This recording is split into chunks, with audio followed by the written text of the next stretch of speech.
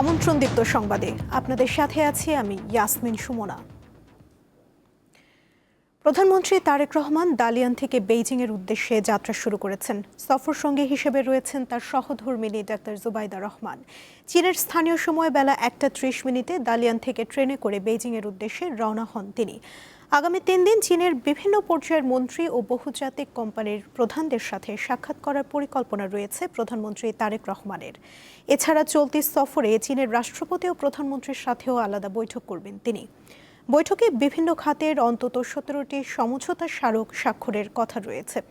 আলোচনায় গুরুত্ব পাবে তিস্তা ও পদ্মা ব্যারেজ নির্মাণে চীনের অর্থায়ন ও সহযোগিতা নিয়ে। এছাড়া দ্বিতীয় পদ্মা সেতু নির্মাণ নিয়েও আলোচনার সম্ভাবনা রয়েছে।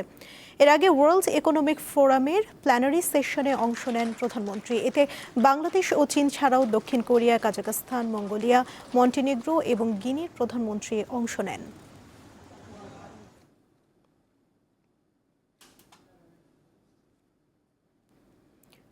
পাহাড়ি ঢল ও ভারী বৃষ্টিতে কুড়িগ্রামের ব্রহ্মপুত্র, ধরলা, তিস্তা ও দুধকুমার সহ প্রধান নদ নদীর পানি বৃদ্ধি পাচ্ছে।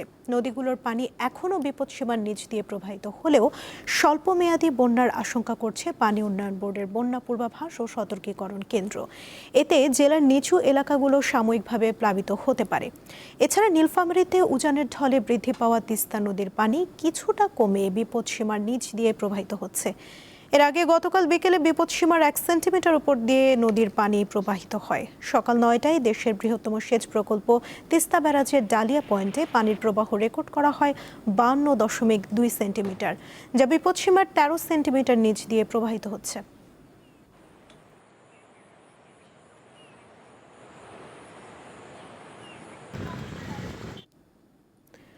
নওগাঁ সীমান্তে 9 জনকে পুশিনের চেষ্টা করেছে বিএসএফ, এতে বাধা দিয়েছে বিজিবি। আজ ভোর 4টার দিকে নওগাঁর সাপাহার সীমান্ত দিয়ে 3 শিশু সহ 9 জনকে পুশিনের চেষ্টা করে বিএসএফ। খবর পেয়ে বিজিবির টহল দল ঘটনাস্থলে পৌঁছে 9 জনকেই ভারতীয় সীমান্তের শূন্য রেখার অভ্যন্তরে দেখতে পায়। নওগাঁ 16 বিজিবি ব্যাটালিয়নের অধিনায়ক লেফটেন্যান্ট কর্নেল মোহাম্মদ আরিফুল ইসলাম মাসুম বিষয়টি নিশ্চিত করেন। এ অবস্থায় সীমান্ত জুড়ে বিজিবির টহল জোরদার করা হয়েছে। এদিকে কুড়িগ্রামের রৌমারী সীমান্তের শূন্য রেখায় আটকে থাকা 5 জনের মধ্যে 2 জনকে আর দেখা যাচ্ছে না। বাকি 3 জন এখনও সীমান্তে অবস্থান করছেন।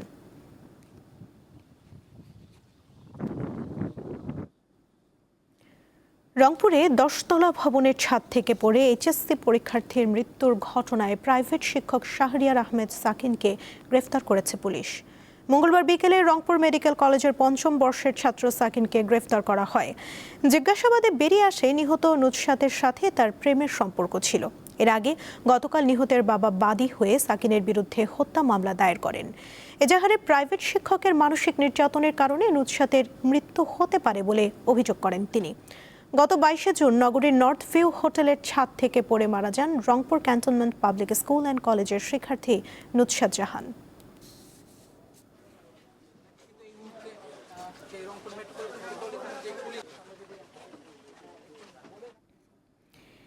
এসএসসি পরীক্ষার খাতা 10ম শ্রেণীর এক শিক্ষার্থীকে দিয়ে মূল্যায়নের অভিযোগ উঠেছে। কুমিল্লার দেবিদ্বারে এমন ঘটনার একটি ভিডিও সামাজিক যোগাযোগ মাধ্যমে ছড়িয়ে পড়েছে। এ নিয়ে ওই এলাকায় ব্যাপক আলোচনা সমালোচনার সৃষ্টি হয়। ভিডিওতে দেবিদ্বার উপজেলার আবদুল্লাপুর হাজী আমির উচ্চ বিদ্যালয় এসএসসি বোর্ড পরীক্ষার খাতা মূল্যায়নের কাজে 10ম শ্রেণীর এক শিক্ষার্থীকে ব্যবহার করার দৃশ্য দেখা যায়। স্থানীয়দের অভিযোগ, বিদ্যালয়ের সহকারী প্রধান শিক্ষক ও খাতা মূল্যায়নের দায়িত্বপ্রাপ্ত শিক্ষক বাচ্চু মিয়ার তত্ত্বাবধানে এসএসসি পরীক্ষার বিজ্ঞান বিষয়ের খাতা মূল্যায়নের সময় 10ম শ্রেণীর শিক্ষার্থী মেহেদি হাসানকে দিয়ে খাতা মার্কিং করানো হয়েছে। এ ঘটনায় স্থানীয় কয়েকজন বাসিন্দা উপজেলা নির্বাহী কর্মকর্তা ইউএনও এবং উপজেলা মাধ্যমিক শিক্ষা কর্মকর্তার কাছে লিখিত অভিযোগ দিয়েছেন। এতে ঘটনার সুষ্ঠু তদন্ত করে প্রয়োজনীয় ব্যবস্থা নেওয়ার দাবি জানানো হয়।